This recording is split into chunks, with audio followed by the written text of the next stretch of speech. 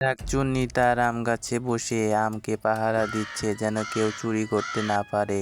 ঠিক তখনই তার কাছে কাক চলে আসে এবং বলে, লাল পাখি তোমার আম খেতে আসছে, তুমি কি করবে? এই কথা শুনে শাকচুন্নি অনেক রেগে যায় এবং কাককে বলে, এবার তো আমি লাল পাখিকে একদম খেয়েই ফেলবো।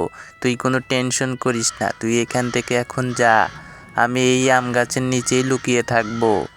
একটু পরে লাল পাখি চলে আসে আম খেতে এবং গাছের সবথেকে বড় আম সে খেয়ে ফেলে এবং একটু পরে বলে, কি সুন্দর সুস্বাদু আম, আমি আরেকটা খাবো।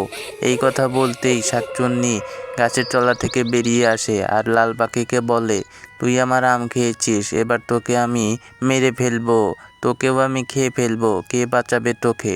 এই কথা শুনে লাল পাখি অনেক বেশি ভয় পেয়ে যায় এবং শাকচুন্নিকে বলে, আমাকে এবার মাফ করে দাও। কিন্তু সে কোনো কথা শোনে না। সে তখন তার বন্ধু পরীকে ডাকে এবং পরীর সাথে সাথে সেখানে উপস্থিত হয়ে যায় এবং লাল পাখি সেখান থেকে চলে যায় এবং পরী বলে, আম গাছ সহ তোকে এবার পুড়িয়ে মেরে ফেলবো এবং কথা মতো তাকে পুড়িয়ে মেরে ফেলে।